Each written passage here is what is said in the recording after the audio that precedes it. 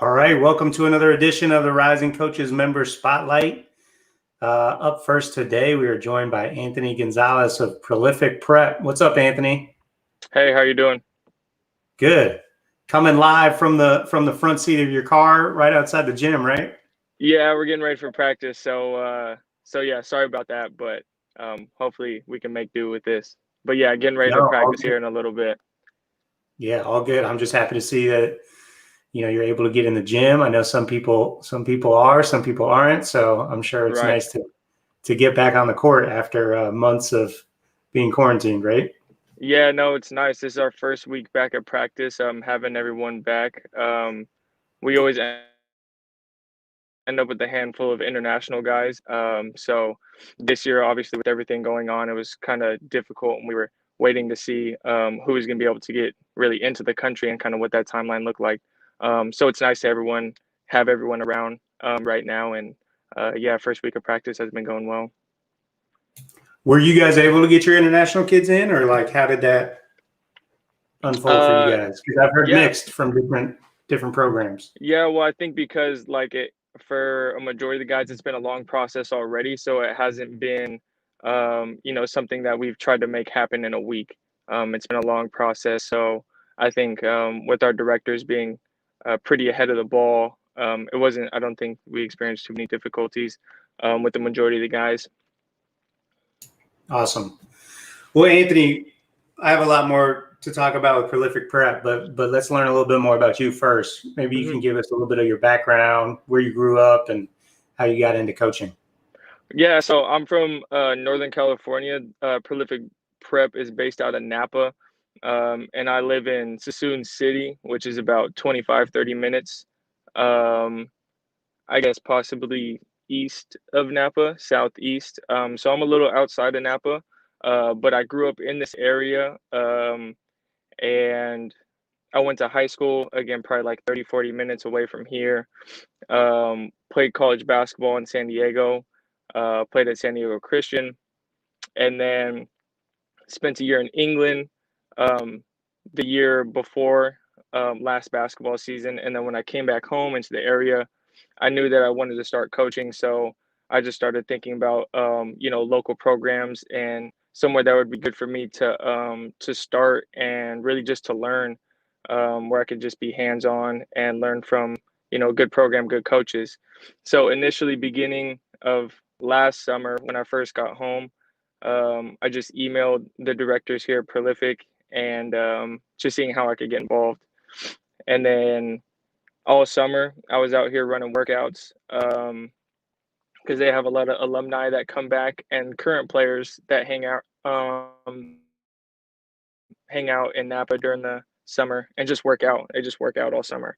So I think they saw it as a good opportunity to kind of obviously get someone to work their guys out and kind of see how I fare kind of in the program, and if I could help them. And that's really how it transpired. And then I think timing really worked out well for me because they were in like a rebuilding stage kind of as far as the staff was concerned. So it was a good opportunity for me to come in and kind of try to prove that I knew what I was doing or could have an impact on the program in some kind of way.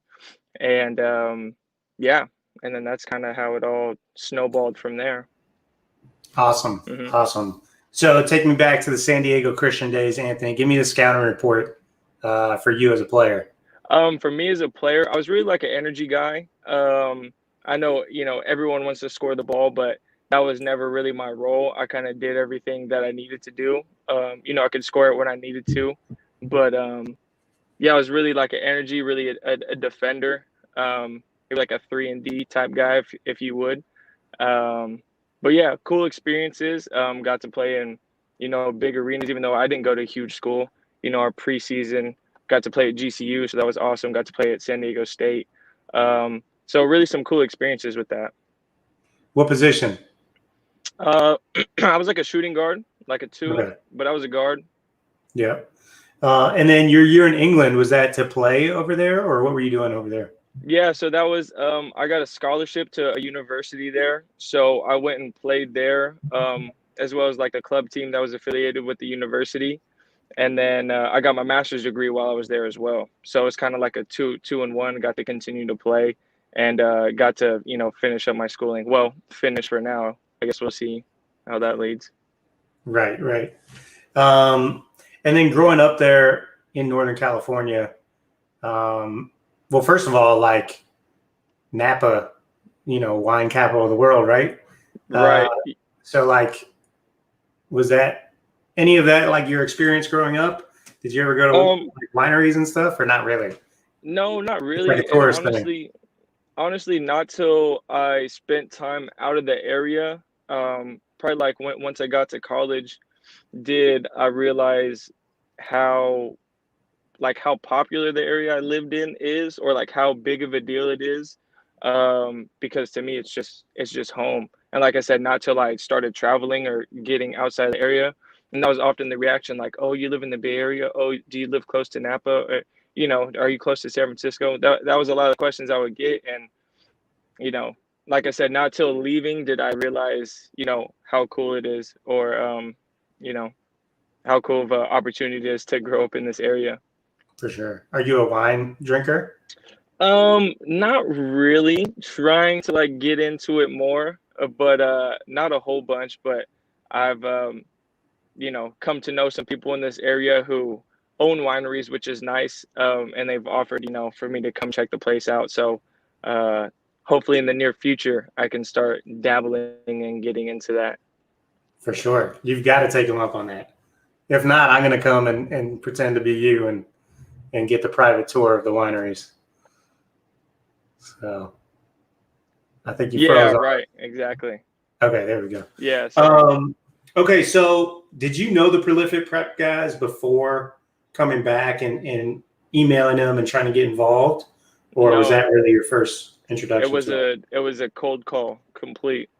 Really? Complete. I had no relationship. I had no clue who even the directors were. You think I emailed like info at Prolific Prep. Like I had no clue who I was even Yeah. talking to. But it was shot in the dark. I think one thing that I like to say is like closed mouths don't get fed. So it's like, if you think you have an opportunity or you think you have something that might be good, or I think it's just you know, worth taking chances and not seeing things as like rejection or failures, but rather like growing opportunities. That's how I try to pursue a lot of things. So even if it doesn't work out, I don't necessarily see it as like a failure, but you know, hopefully just a way to learn. Yeah, and what a great opportunity to kind of get your foot in the door. Not only, I imagine, are you like, you know, how it is at those entry level positions, especially at the prep level or junior college level or high school level. You're doing everything, right? From Right. workouts, you're probably driving some vans, you're probably doing room checks, whatever. Man. Um, you guys are Yeah. big The time. You whole probably have nine. strength coach, but not only to get to do that and get all that experience, but do it in a place where, I mean, you guys just are loaded with talent, and I'm sure the number of coaches coming in to recruit your guys is off the charts. So you're getting a chance to meet people constantly, right? Yeah, exactly. So like you said, last year's experience was awesome and really like the whole nine, like you said, from handling travel to meals to staying up till, 3, 4 a.m. breaking down film and, making sure guys are in bed and up the next day. Um and then yeah, I think that was an awesome thing for me as well last year. The networking and being able to meet different coaches, and last year constant coaches in the gym recruiting guys, and it was a cool opportunity for me to meet them, and hopefully do what I can to help our guys, get noticed more or vouch for them or speak on their behalf to some coaches, which is really cool. It's like an honor to do something like that, that coaches look to me kind of for my input and my opinion on some players. And it's really cool. It's humbling. I think a few of like funniest moments for me last year was like meeting meeting Sean Miller and just the fact that he introduced himself to me. It's like Yes, like thank you. I know who you are. But it's cool. It's humbling really to kind of just end up in that arena with those kind of coaches. And it's really cool, just opportunities to learn and to be around those kind of guys. Yeah, and you guys have a roster full of great players, but obviously, the big name on the team last year is Jalen Green, who declared for the draft, and did he sign with the G League team, right? The Right, Ignite. yeah. So I saw something either yesterday or the day before. I guess they're calling it the G League Ignite. But yeah, so Terrible name. he's gonna be playing in that. Huh? Terrible name, Anthony. They got to do I'm better not sure than. who came up with that. I'm not sure. Yeah. I'm not sure who's in charge of that. So what was that? I mean, did you get to learn a little bit of? I mean, that's the first year they're doing this. You can forego college and go straight to the G League and get paid a pretty, decent amount. Right. Did you get some Right. like insight on how that process would be and how it'd go down? Well, I had heard rumblings, throughout the year what he might do. I do my best to stay out of it completely. But I um I honestly thought he was gonna go to college. I was really surprised at that. And then afterwards, when they kind of rolled out the new G League thing that they were doing with like creating a whole separate team for those guys, I was like, oh, okay, well then, yeah, to me that's a no-brainer. So I think, from my understanding, they're gonna play like a short season. Um, I think they're gonna play something like 15 to 20 games, and aside from that, they're just gonna work out. So I think that's probably the biggest thing, that they're gonna get paid to just work out, just to be in the gym, and get better and prepare themselves for the draft. So I mean, to me, I understand it. I mean, it sounds like a sweet deal. Yeah, absolutely. Okay, talk a little bit about Coach Fuka and just the program there at Prolific Prep, and what kind of sets you guys apart. How are you guys able to attract such high level talent each and every year, and just really like not only attract them, but you guys do a great job. You coach them hard, Hmm. and you guys play as a team. You play together. Talk a little bit about just Prolific Prep as a whole and the leadership there. Yeah, yeah. So working with Joey was awesome. It was an awesome experience. We ended up getting really close. Um, and I think the biggest thing that sets Prolific apart is that we hold our guys accountable. Um, you know, I know Joey said a lot last year, like, we don't care about like your stars. Like, we don't care about your ranking. Like, if you're here to get better, like, we're doing you an injustice if we don't hold you accountable for whatever it is, whether you missed a box out. Oh, coach, I have 50 Division I offers. We may end up box out. And not that that was ever said, but it's ideals when they come here. They're the big wig in their state or in their county or their school or whatever. But it's like, well, here you are. Now you're in the gym with a whole bunch of dogs, and we're gonna go play against a bunch of dogs. So if you guys really want to be at that level, like, we're gonna do what we're supposed to do as a coaching staff to hold you accountable, because we want to see you succeed, and we want to help you get to that next level, whatever that may be. So I think that's probably the biggest thing that sets us apart. Our schedule also, we play in a lot of big events, and we play tough competition. We don't really shy away from anybody. Um, and yeah, I think those are the two biggest things, probably our schedule, which is not easy. We travel a lot, and like I said, we play in a lot of big events. So every game is a game that we can get beat. But that's what these guys signed up for. They want to play against the best. They want to be the best. So I know our directors do their best to put the guys in situations like that. Yeah, and you guys still play on the grind session, right? Right. Yeah, and the grind session is tough. Obviously last year, my first year being into it, I wasn't too sure how it was going to be. But every team we played, had a handful of high major guys. So um, we ended up getting beat last year in the grind session, because we came out kind of slow and thought it was some random team from Florida, and they popped us because we came out slow. So sometimes, that's how it is. And we tried to tell them that there was going to be like no cupcake games, we like to call them. Like, there was going to be no cupcakes, and it wasn't. I mean, we went 31-3 last year, which is, awesome for our guys and for the team to be able to do that. Um, But yeah, don't like people see the record and might think, 25 of those games were handouts. Like that's far, far from the truth. The guys worked hard to win a lot of games last year. Absolutely. Okay, Anthony, you talk about like getting your guys to the next level and things like that. What is, your career aspirations ultimately? I know I'm sure you're enjoying the experience there, but what's the dream situation and the trajectory look like? Yeah, I'm not too sure. I'm just trying to enjoy the process and learn as much as I can. Um, you know, and really just enjoy where I am at the moment. Um, Possibly college basketball. I think that's something that I would like to do, get into college basketball one way or the other. Um, and then maybe go from there. I don't know. I always think I have ideas in my head and then we, some. Oh, I'm sorry, did I cut out? We got you. Go ahead. Oh, okay.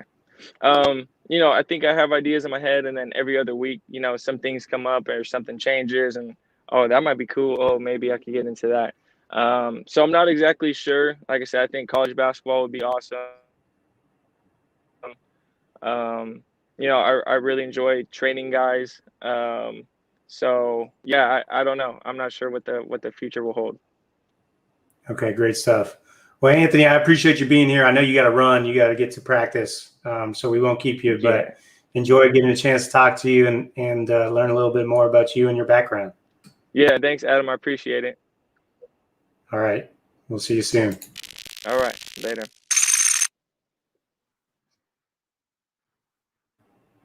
All right, we're back. How about that little lightning bolt there, Shelby? Oh, I'm impressed with your video editing skills right there. I like it. It's all our producer, KJ Kenny. Big shout out to KJ, who is watching somewhere in South Carolina right now. All right, we're back with Shelby Zoeckler, video coordinator at Cleveland State. Shelby, how are you today? I'm doing well. How are you? I'm doing good. So Shelby, tell us a little bit about you, your background. Obviously, I just mentioned you're at Cleveland State. I think you're entering third or fourth year there as a video coordinator. Third year as video coordinator. Okay, so go backwards. Tell us how you got into basketball, where you from, and how your career trajectory has gone. Yeah, it's been an exciting ride for sure. I grew up in a small town about 30 minutes from Cleveland, so I've always been around the Cleveland area, seen it, and played a lot of sports growing up. I had a big family, one of 7, so it's always competitive in my house. We were always playing a sport of some kind. Where were you in the 7? Like oldest, youngest, middle? My twin brother and I are the oldest. Oh, okay. All right. So Yeah. you were the ones beating up on all the siblings. Yeah, they'd probably think it was that way. Me and my brother like to think we helped them get better at a young age. You can just die it however you want. You were beating up on them. Yeah.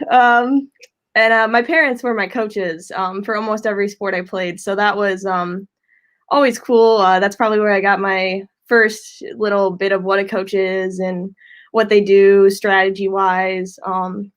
So that was super exciting. And then I went off to high school. I went to Trinity, about 15 minutes from Cleveland, so it's local too. Had lots of different coaches, saw lots of different styles of play. So that was super good for me just to enhance my basketball IQ. And then started playing AAU when I was in high school, and the AAU director there gave me a chance to coach some of the younger teams. So that was where I got my first start in coaching, just teaching kids fundamentals, running workouts.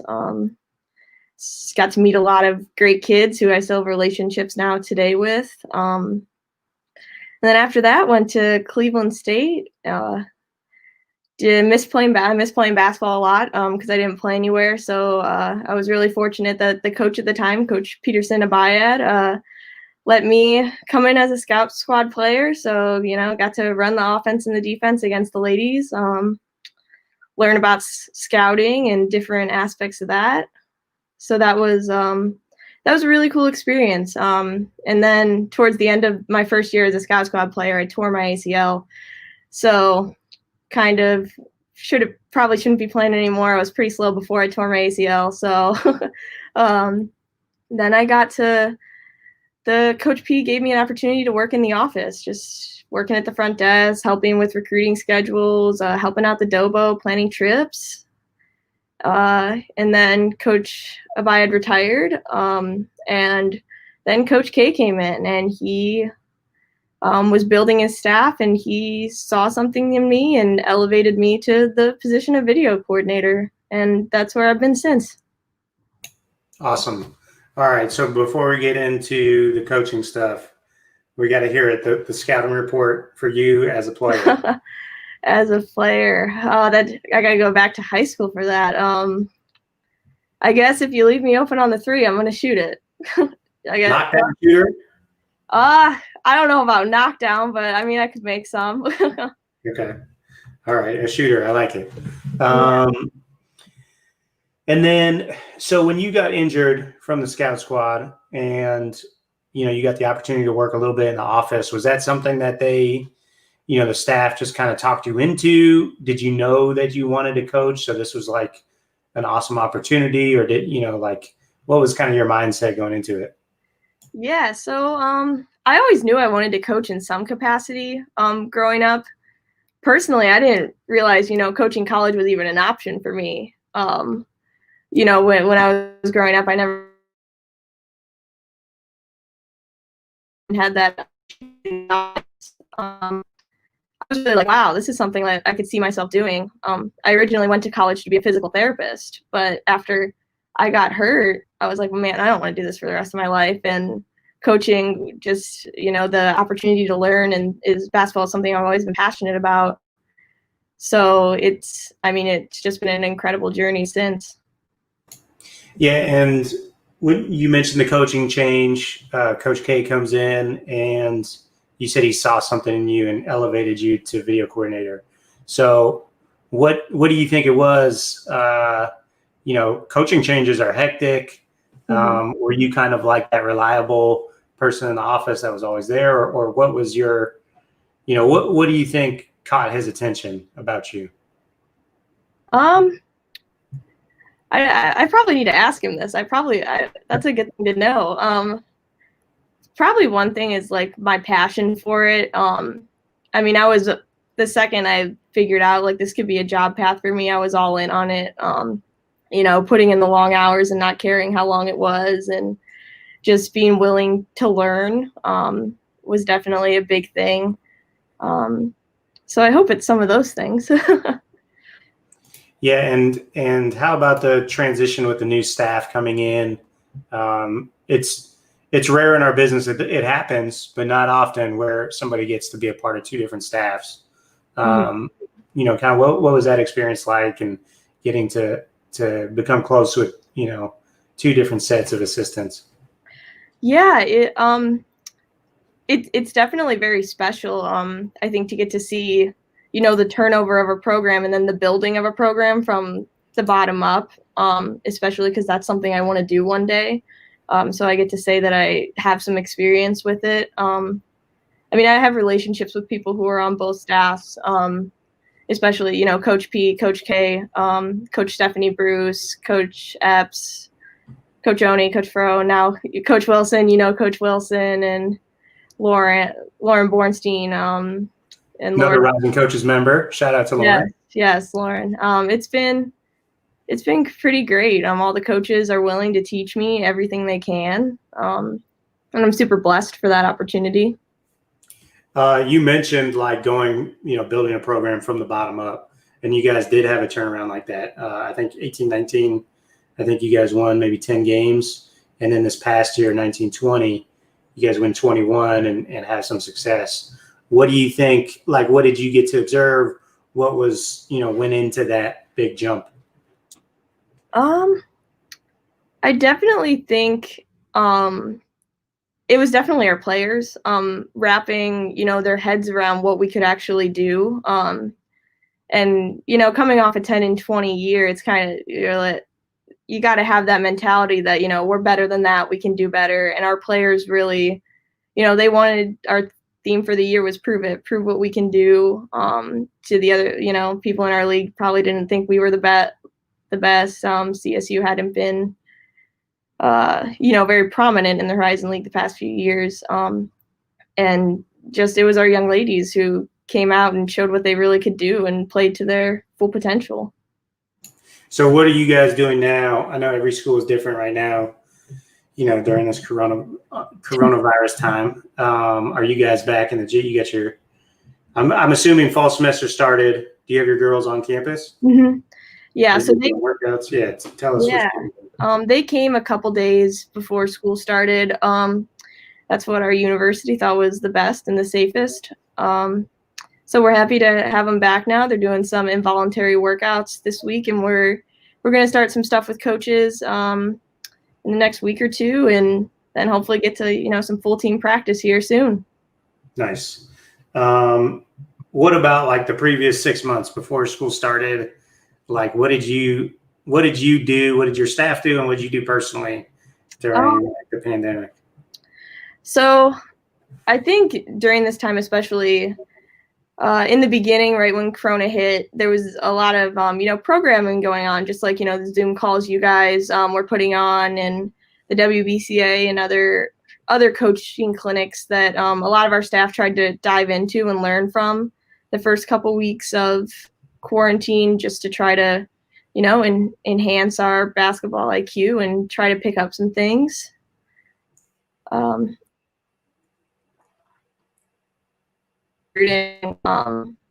Especially with the live streams and everything that's going on, it's been a lot. Trying to transition. How do we recruit kids now when we can't bring them to campus? They can't, meet our players in person. So it's been a lot of, learning and creating new platforms and mediums to try to recruit kids to come to be a Viking. How did you guys attack like evaluating kids when you can't go out live and in person? Yeah, a lot of live streaming. Just, we bought a bunch of live stream packages, and then me and our other GA would just get some schedules out to the coaches, and the coaches would be off watching games all day. Would you guys cut them up in any particular way, or would they watch the full game live? I think where they put their time kind of depends on how many games they have during that hour. I can't speak for them, but I would guess that they would, try to watch at least a half of a kid, if not a full game during that hour. And, if we're really chasing a kid, they're trying to watch them as much as they can. For sure. And then what about you personally? Like, what did you, after the initial couple weeks of Zoom mania, like, what were you doing with your time? I've been working a lot on different recruiting presentations, and then just to work on getting kids to learn about our school in a different way than they normally would. I've been doing a lot of Photoshop, video editing, cutting a lot of film to teach our system to our we have 7 new incoming players, so giving our coaches some film and stuff to help teach them the system. Awesome. 7 new players is a lot, so I'm sure that kept you pretty busy. Yeah, it's exciting because it's a class that with a new staff you learn their recruiting style, so it's exciting to have 7 kids come in who have all been recruited by this staff, and I'm excited to see what we do this year and how we get to play. It's always a little more special when you get to see those players from their high school days and then matriculate into your program, and you get to see the full growth. Is always like a little bit more special than just coming in and catching someone for the last year or two. Mm-hmm. Those are special too, but getting to see the whole journey is definitely unique. Mm-hmm. Definitely. All right, Shelby, give us book or podcast recommendation or Netflix show or something that could be something you've seen recently or read recently or Just maybe an all-time favorite. Right now I'm reading the book What Made Maddie Run. Not sure if you guys have read it. I don't want to give any spoilers, but it's just about, the mental side of athletics for student athletes. Been trying to learn a lot more about that. And just it was a book recommendation from a friend of mine, so I'm enjoying that one. Netflix shows. I don't watch a ton of TV, to be honest. I'm usually working. But I've watched a couple of episodes of Lucifer. That one's a funny one. Yeah, my wife watches that one. So what made Maddie run? I've never heard of that one. So is it good? Anything on the mental side that you picked up that you can share? Yeah, I think the biggest thing is that if you don't really build a relationship with the kids you're coaching, that you really don't know what's going on in their lives. And if you don't kind of press them to learn that, you're never really going to know. And it just shows the side of kids, the stress, the anxiety of, having a busy life with athletics and school and family. So it's kind of eye-opening. I would definitely recommend it for anyone who's looking for a good read. Okay, great stuff. All right, last thing, Shelby, what's the best advice you've gotten, or what advice would you give to somebody in coaching, whether they're just trying to get in or they've been in it for 20 years? Definitely something I've learned is be fully invested where you are. Stay where you're at position. Don't be in one place looking for the next job. I'm learning that the jobs will come if you work really hard in the place you're at, and people will seek you out instead of, you going to seek others out. But just, definitely staying where your feet are at and work incredibly hard, and people will notice. Awesome. Great stuff, Shelby. Well, again, we appreciate you being here with us today on the Member Spotlight, and look forward to seeing how you guys do this year. Thanks for having me, Adam. I appreciate it. Thanks, Shelby. Talk to you later. Bye.